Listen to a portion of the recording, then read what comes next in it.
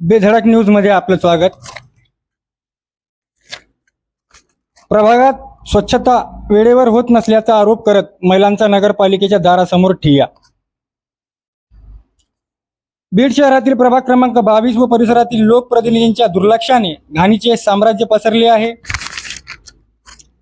या प्रभागाचे लोकप्रतिनिधी स्वच्छता सभापती असून प्रभागातील स्वच्छतेचा प्रश्न गंभीर झाला आहे, असा आरोप करत प्रभागातील महिलांनी मोठ्या संख्येने आज दिनांक 10 जुलै रोजी बीड नगर परिषदेच्या आवारात प्रचंड घोषणाबाजी करत स्वच्छता सभापतींच्या कार्यपद्धतीचा निषेध व्यक्त केला।